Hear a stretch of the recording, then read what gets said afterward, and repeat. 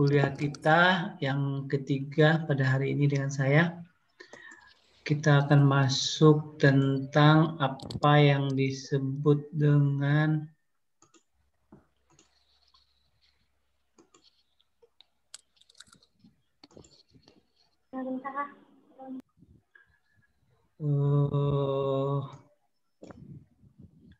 proses nitrifikasi pada lingkungan laut. Jadi semua makhluk hidup itu memiliki memerlukan kebutuhan akan ion organik dan anorganik, dan salah satu ion organik itu adalah nitrogen yang secara umum merupakan komponen yang penyusun daripada asam amino dan protein, bukan oleh semua manusia. Saya mau nanya sama kalian, itu di atmosfer itu gas yang paling banyak itu apa? Nitrogen. Gas apa? Nitrogen. Gas nitrogen. Kira-kira kalau ditanya, padahal yang paling banyak dibutuhkan manusia itu setiap detiknya itu yang dibutuhkan manusia itu adalah oksigen untuk bernapas. Tetapi Tuhan ngasih malah nitrogen yang paling banyak. Itu kenapa tuh? Ada yang tahu nggak kenapa? Karena sisa-sisa dari pembakaran pertanian, Prof. Ya kenapa banyak nitrogen bukan oksigen yang banyak? Padahal nitrogen itu N2 itu nggak bisa dimanfaatkan oleh semua makhluk hidup. Salah satu yang bisa yang mengikat N2 itu hanyalah mikroorganisme.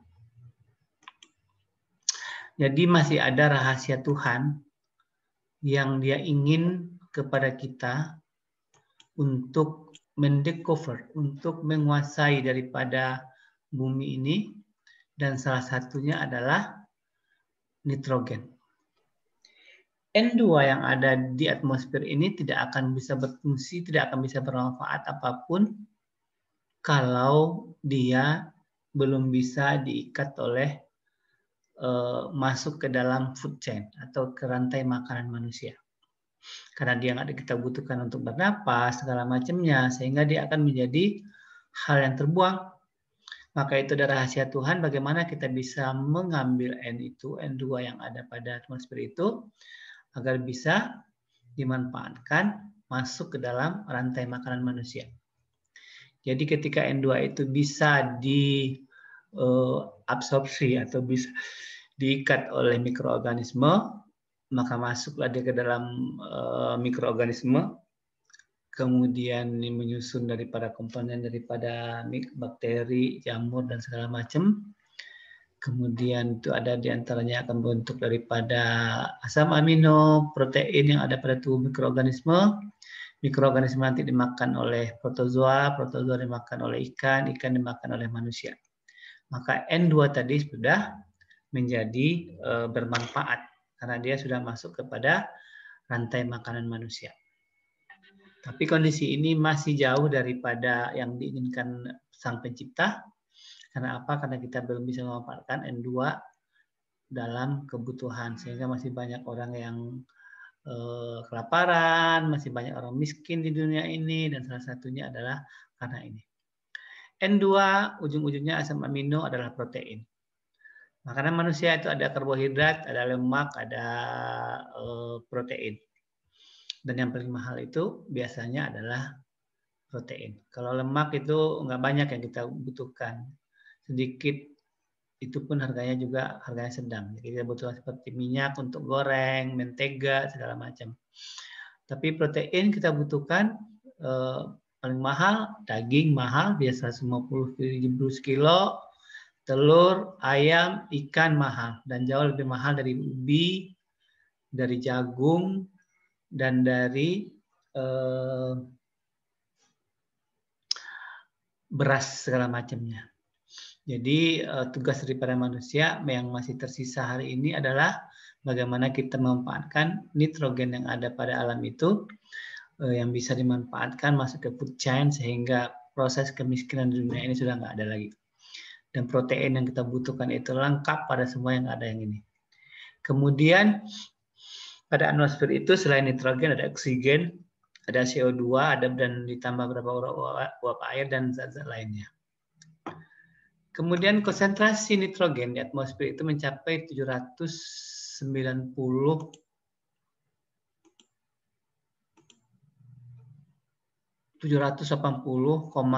cm kubik, sedangkan pada konsentrasi di air laut itu hanya 13 per cm kubik per liter daripada air laut. Jadi perbandingannya itu mendekati 1:50. Jadi sangat banyak di atmosfer, tapi tidak sedikit pada air laut.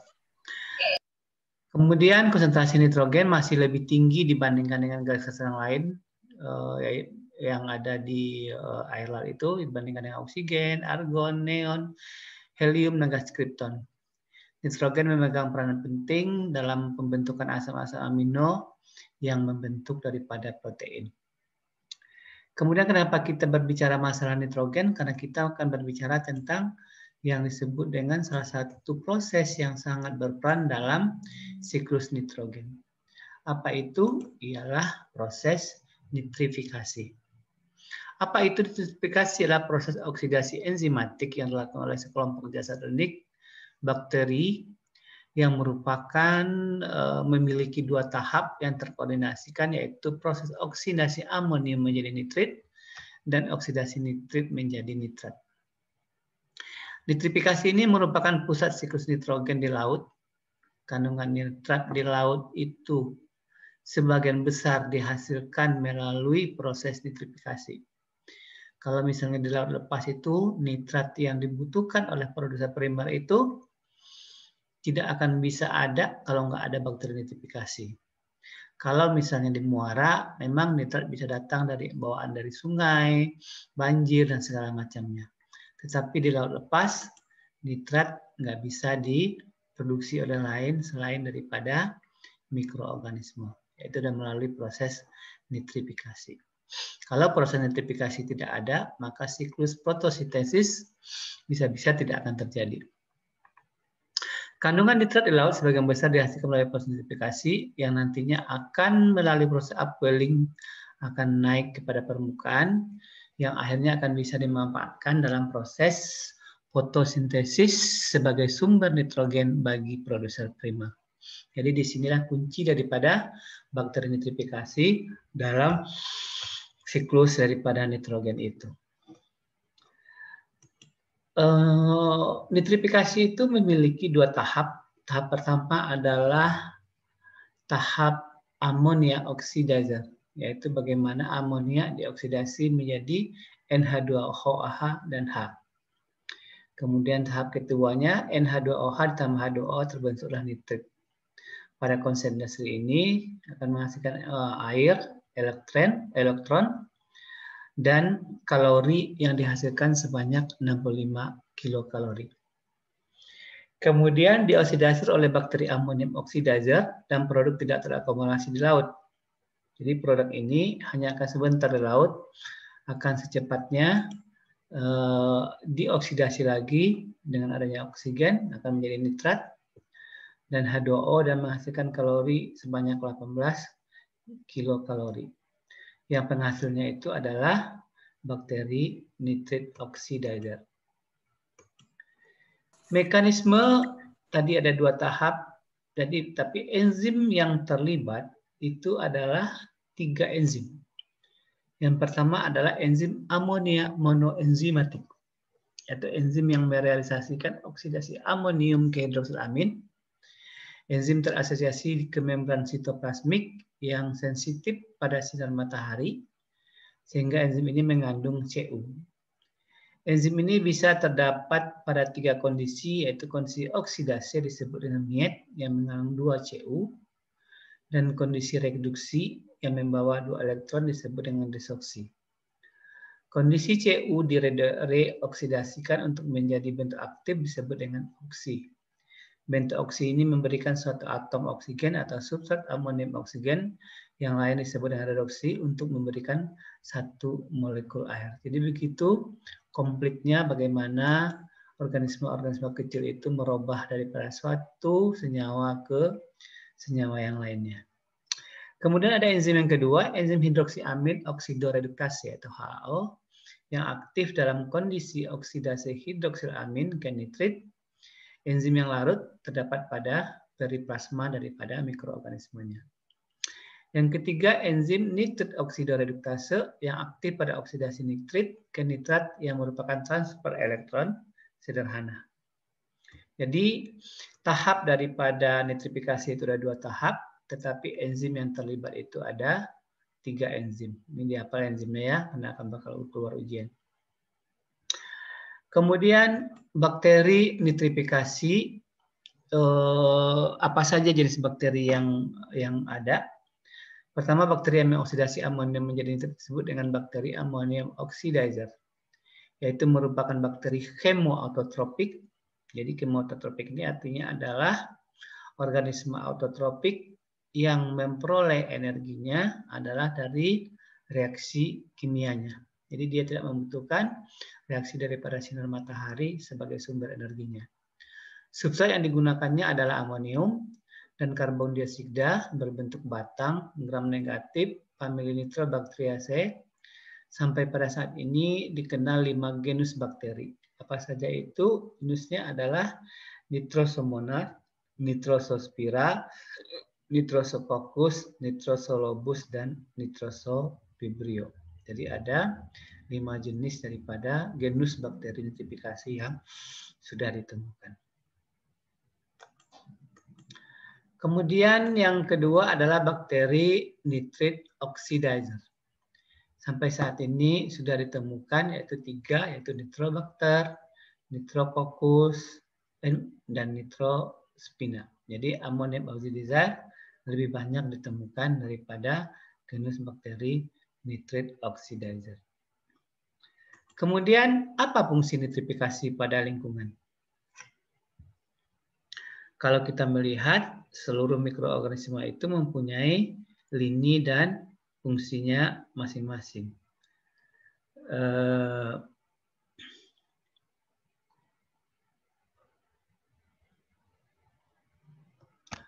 Yang pertama, dia akan mengurangi racun yang ada pada ekosistem atau lingkungan karena amonia itu beracun dibandingkan daripada nitrat.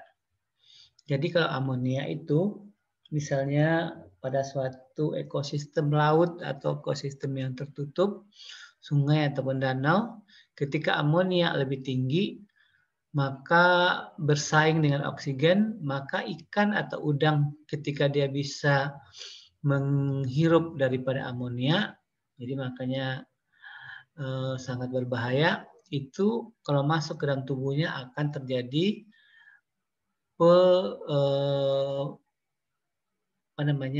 terjadi pengumpalan daripada darah atau darahnya tersebut kekentalannya semakin tinggi. Karena amonia tersebut bereaksi dengan komponen yang ada pada darah, sehingga itulah yang akan menyebabkan dengan kematian. Makanya bakteri nitrifikasi punya fungsi untuk mengurangi keracunan pada sistem lingkungan.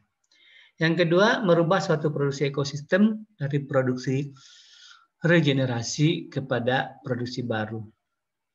Karena berdasarkan nitrogen yang dibutuhkan suatu makhluk hidup atau suatu produser primer, kita bisa membagi produser primer itu adalah new producer atau regenerate producer. Yang disebut produksi baru adalah ketika mikroorganisme produser primer itu menggunakan nitrat sebagai sumber nitrogennya, itu kita menyebutnya adalah produser baru.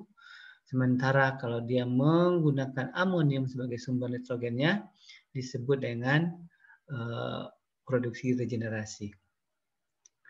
Yang ketiga, berperan dalam siklus daripada nitrogen. Jadi nanti kalau ditanya apa peran nitrifikasi pada siklus nitrogen, jadi Anda bisa menggambarkan bagaimana nitrogen yang ada pada yang atmosfer bisa masuk ke rantai makanan dan bisa langsung dimakan oleh manusia. Yang keempat, sebagai produser primer, karena bakteri nitrifikasi itu dia menggunakan karbon anorganik sebagai sumber karbonnya dan menghasilkan karbon organik. Jadi itu ada 4 fungsi nitrifikasi di lingkungan laut. Kemudian sebagai orang mikrobiologi, kalau kita sudah mengetahui fungsinya, maka kita perlu mengetahui bagaimana kita bisa mempelajari daripada aktivitas bakteri nitrifikasi itu. Penting nggak sih kita mempelajarinya? Sangat penting karena kita harus melihat seberapa banyak nitrogen nitrit yang dihasilkan, seberapa banyak amonia yang dioksidasi sehingga nitrifikasi bisa memberi fungsi pada ekosistem secara global. Yang pertama, metode yang bisa digunakan adalah metode radioaktif. Radioaktif itu yaitu adalah radioisotop yang dibuat dengan ada penandaan. Ketika kita sudah tanda kemanapun nitrogen itu ada, bisa kita deteksi. Merupakan metode yang paling efektif, yaitu dengan menambahkan NH415 ini, kemudian diinkubasi selama 24 jam, dan dideteksi dengan nitrit terlabel dan nitrit interlabel. Jadi ini nggak bisa dilakukan di lab kita, karena kita nggak mempunyai alat untuk deteksi daripada radioaktif. Kalau di Indonesia itu biasanya kita pergi ke Badan Tenaga Atom Nasional atau BATN di Jakarta. Pada metode ini asumsi yang digunakan adalah tingkat produksi yang terbentuk berbanding lurus setiap waktu. Jadi kalau kita menganalisisnya 0, 6 jam, 12 jam, 18 jam, 24 jam, maka itu harus bersifat lurus. Kalau tidak bersifat lurus berarti ada kendala, berarti hasilnya tidak seperti yang kita inginkan. Yang ketiga, konsentrasi M15-nya yang ditambahkan konstan. Jadi jumlahnya itu harus konstan dari awal penelitian sampai akhir penelitian. Yang keempat, penambahan N radioaktif itu tidak mengganggu organisme dan ekosistemnya. Kalau sudah terganggu organismenya berarti penelitian itu dianggap sudah gagal karena tidak akan terjadi kondisi yang diinginkan. Metode yang kedua adalah metode masih radioaktif, yaitu tadi nitrogen, sekarang karbon 14. Dengan membandingkan antara sumber nitrogen yang dioksidasi dan karbon yang diproduksi, maka kita dapat menghitung daripada aktivitas nitrifikasi ini. Tadi kita mengetahui amonium yang dioksidasi akan terbentuk nitrat, tetapi karena kita karbon biasanya jauh lebih murah harganya dibandingkan dengan nitrogen, radioaktif nitrogen, orang banyak menggunakan.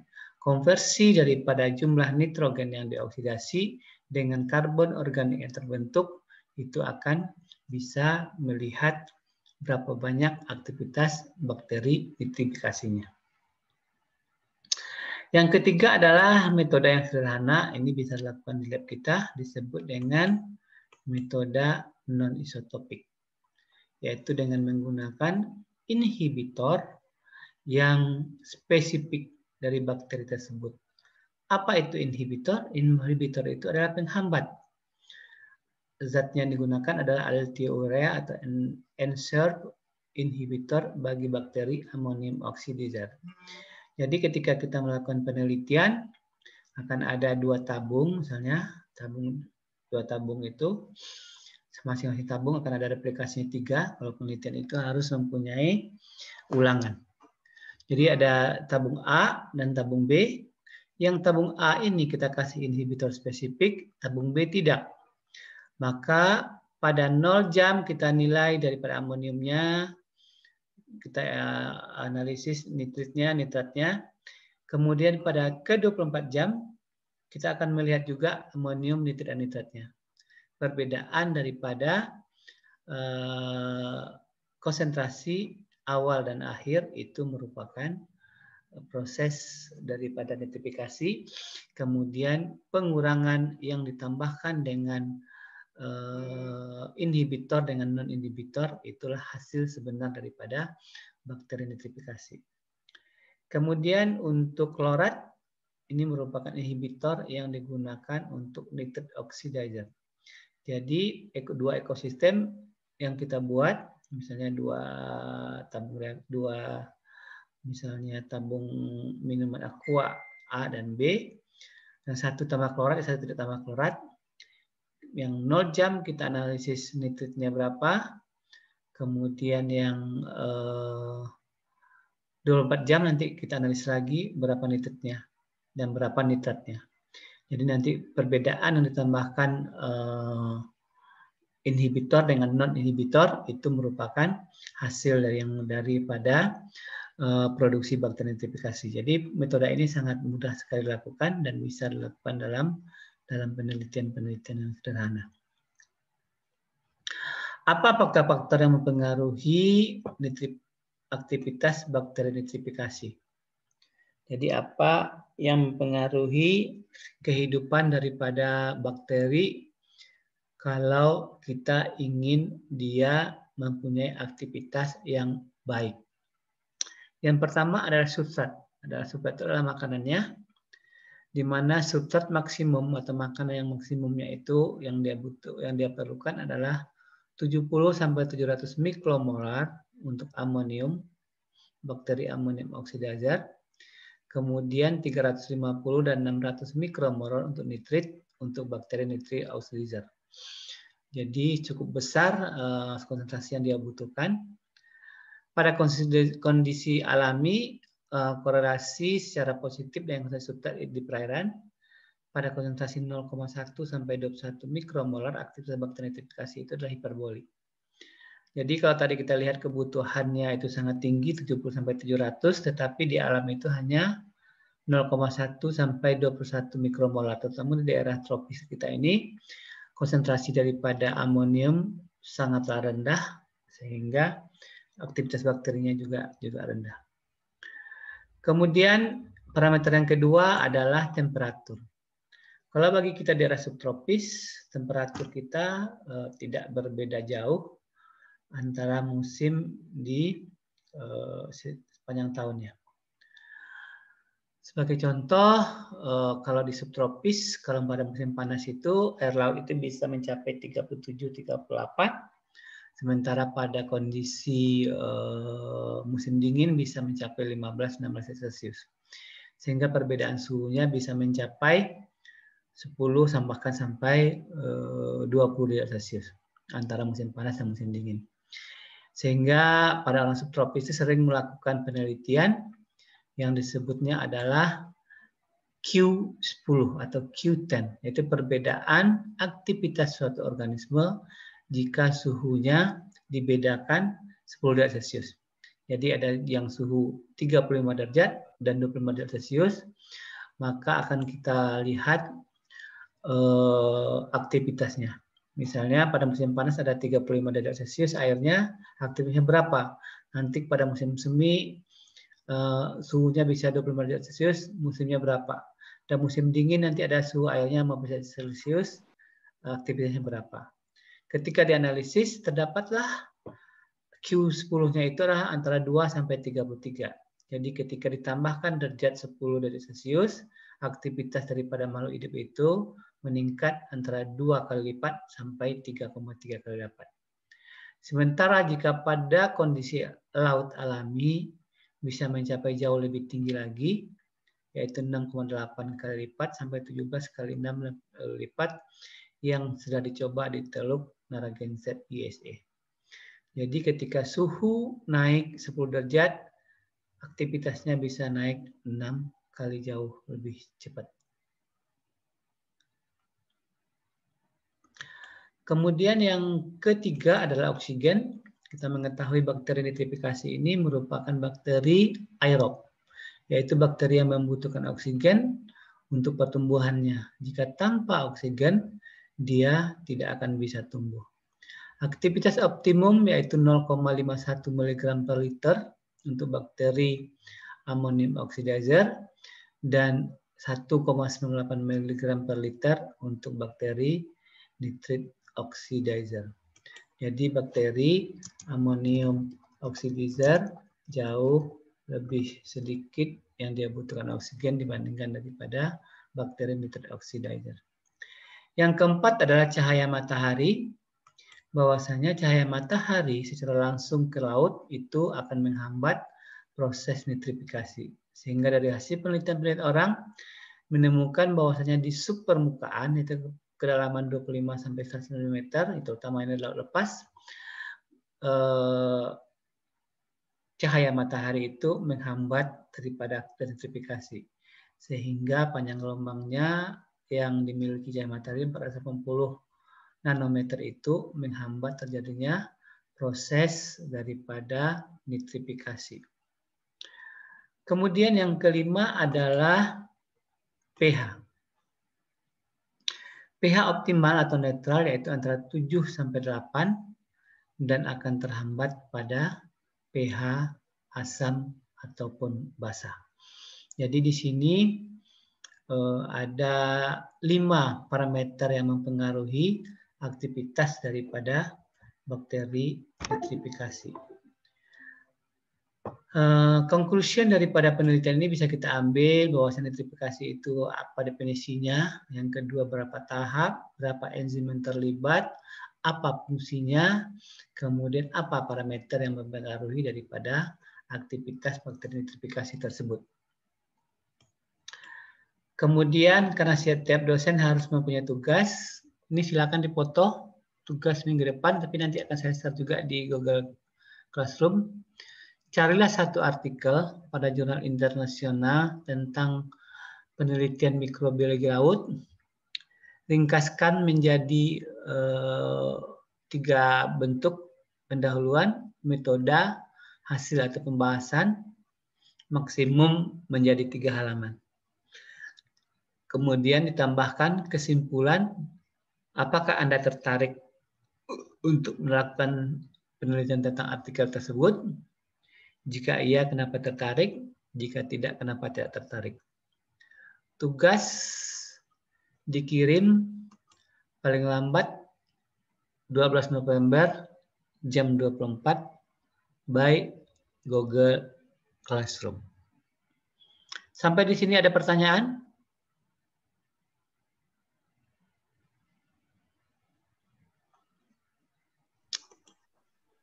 Sepertinya tidak ada pertanyaan. Biasalah mahasiswa IKA nggak suka bertanya kan? Ada pertanyaan nggak? Si Dandi senyum aja. Tidurnya dari tadi ya si Dandi? Tidak, Pak. Oke, kalau nggak ada pertanyaan, sekarang kita ambil absen. Silakan senyum semua di lembaran pertama. Si Wiranda kayaknya nggak ada kayaknya. Dia dihidupinnya dia pergi tuh kayaknya.